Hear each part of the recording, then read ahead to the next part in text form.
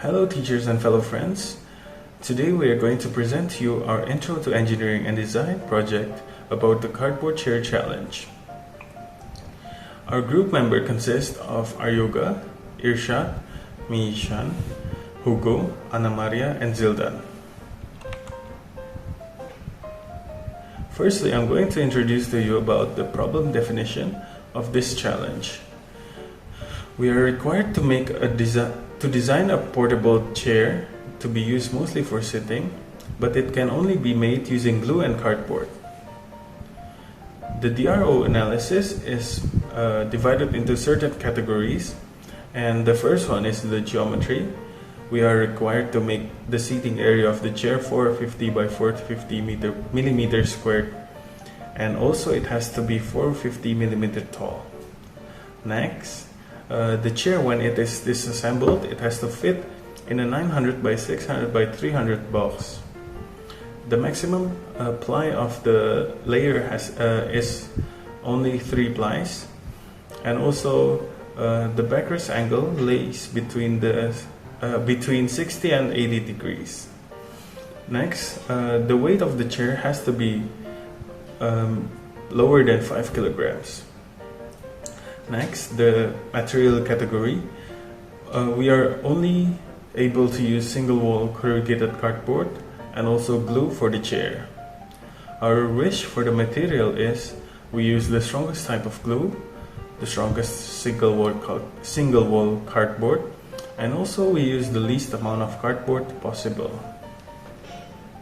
Continuing the DRNO analysis is the demands and our wishes from the performance, cost, manufacture, and safety category.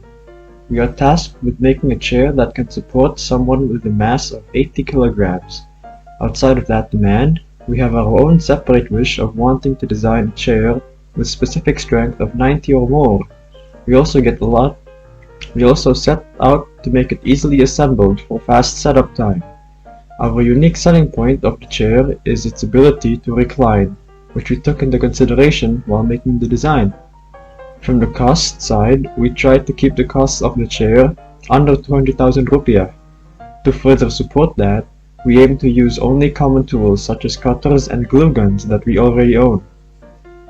For safety measures, we will cut any sharp edges and make them rounder to prevent any cuts on the user's skin.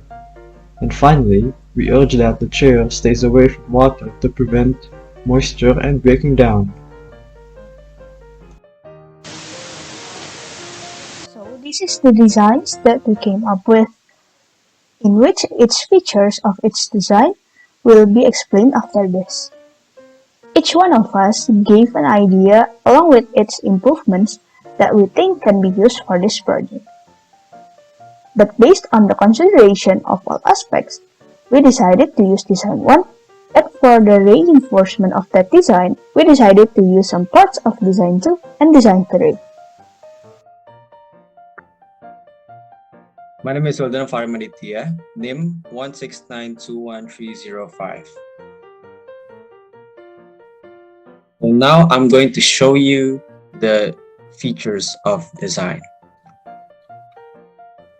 So this is the features of design.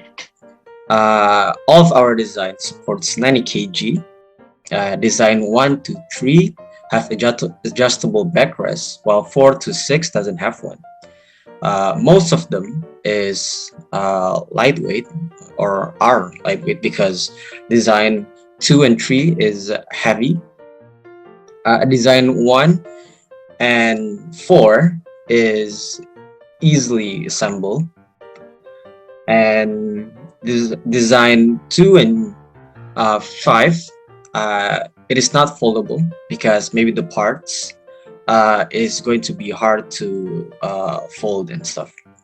And all of our designs is affordable because we are using cardboard and glue for the materials, and we hope that it is all of our design is safe.